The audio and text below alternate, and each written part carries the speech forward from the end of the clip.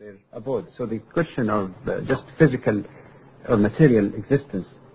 Indeed, there is one citation in the Quran, more specifically in chapter 7, verse 178. It shows that those who overemphasize the material existence and forget about the existence of the soul, they are even less guided than animals. It says they are like animals, they are even less guided than animals, because animals at least do not have that intellect or spirituality in them, or knowledge of the truth that God has inspired into them. If we move back again to the second item, or regarding the in the chart, the human being as basically a spiritual being. Again, there is nothing wrong considering the spirit or the soul, but the problem again with overemphasis on the spiritual aspect is that usually it's done at the expense of material. That is to say, as I said before, the torturing the body, thinking that the salvation of the soul can only be attained by neglecting the body, leading to certain ideas like celibacy, like monasticism, whereby you escape from life, you just keep, away from any pleasure of life. Again, we find that this goes against human nature. If there are few peoples who can possibly take the discipline of this highly saintly type of behavior, which is commendable in itself, you would not expect that from an average you and I. Most people, even those who have good intentions, they find that extremely against their human nature. In fact, if it was followed on a universal, I might just interrupt you, if it was followed on a universal basis, why the society would be unable to perpetuate itself. Exactly. That's another point. If you follow that, there would be no civilization, no life to be perpetuated. Exactly. If everybody is required to do this. And once you keep pushing people against their human nature, against their natural needs, which could be partly physical, you're really pushing them to play around the law, or sometimes when they are pushed or pressured too much, they just blow it up. So that's again one reason why Islam doesn't accept that view. If you refer back to the third view, for example, on this list, regarding the human basically as an intellectual being. Now, again, when you talk about intellect, we have discussed in several programs before in different contexts how useful intellect is, but how deficient also it may be. That there are lots of sources of knowledge. Intellect is a very important one, but it's not all. There's revelation also that's needed.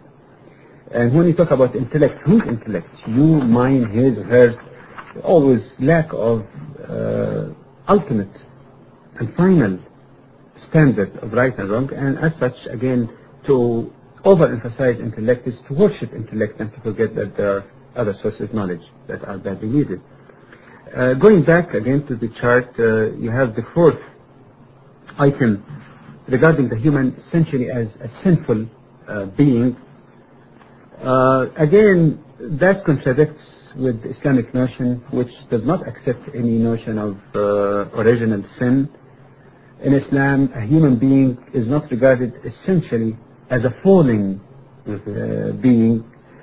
In fact, it is not a fall, but rather human beings, or man is regarded, mankind in the generic sense, as a special creature who is trying to rise above his or her shortcoming, trying to overcome the difficulties and weaknesses that might be inherent in his or her creation. So the whole notion of original sin is not necessarily, again, in line with the Islamic idea of man.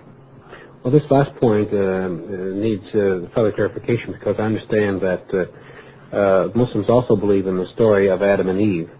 And I wonder, I'd be curious to know, and I'm sure many of our viewers would be curious to know, how Muslims interpret the story of Adam and Eve without accepting the doctrine or the notion or concept as original sin. Okay, first of all, the fact that the story of Adam and Eve appears in the Quran, there is no dispute about it, but the way it's interpreted is quite different. Let me clarify that. When the Quran talks about the story of Adam and Eve, it does not present it only as a story of the first man and woman. It rather depicts that as the ethical experience, not only of Adam and Eve, but of every human being. See, that connects with what I was saying earlier. It is the ethical experience of each one of us, each and every one of us. That is a human being who has within himself the Spirit of God, but who is also created of material, of matter. How a person tries to reconcile these, how can he try to fulfill his spiritual aspirations and yearning, still with the limitation and shortcomings of the physical body, is in itself the kind of experience that Adam has gone through. How a person would be tempted because of the physical part of his existence to disobey God, and how would he be also pulled up by his spirituality, how he falls and tries to overcome that fall, make a mistake and repent from that mistake. This is something to start with. In addition to this, when the Quran speaks about the story of Adam and Eve, it talks also about them committing the mistake, realizing their mistake, repenting, and praying in sincerity for God, who forgave both of them, as we find, for example, in the Quran in chapter 2, verse 37 as one example, where it shows that they were forgiven. So there was no original sin. The matter was settled there. God, who created Adam and Eve, He knew their weaknesses, He knew that they can't help it at times, so He forgave them when they showed this sincere attitude, and as such, it ended there. No original sin to be inherited. The Quran is very clear that sin cannot be inherited.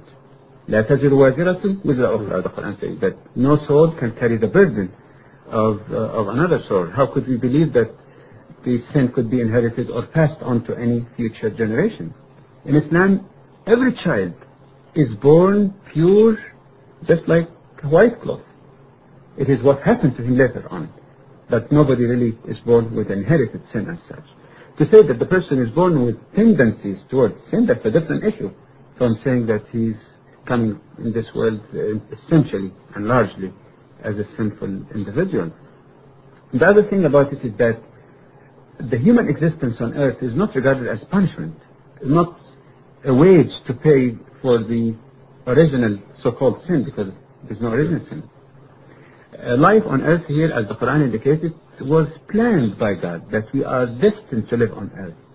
Before even a human being was created, God was telling the angels that He's going to create a trustee to live on this earth. So it's not here as punishment. It's just the experience or lesson that Adam and Eve had to go through before coming to this earth.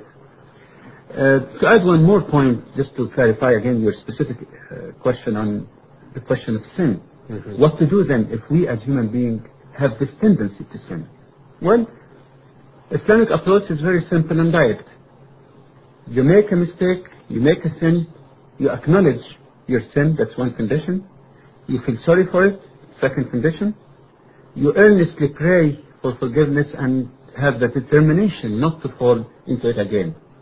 These are three conditions. If the sin involves the right of some other person, a fourth condition would be to return back whatever you took unduly from that person. And that's it.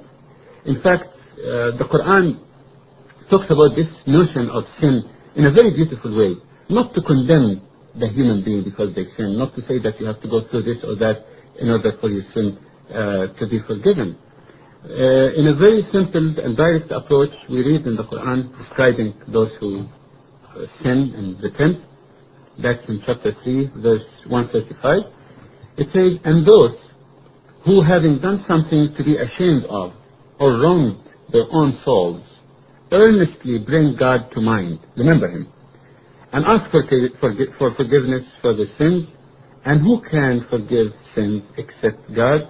And they are never obstinate in persisting knowingly in the wrong they have done. In other words, you acknowledge that this is something wrong. If I may just give you one more or two more quotations. For example, in chapter 9 in the Quran, verse 114, it says, good deeds remove those that are evil. So you do something bad, if you do something good afterwards and have the intention not to do the evil things again, the good deeds would remove the effects of those bad deeds.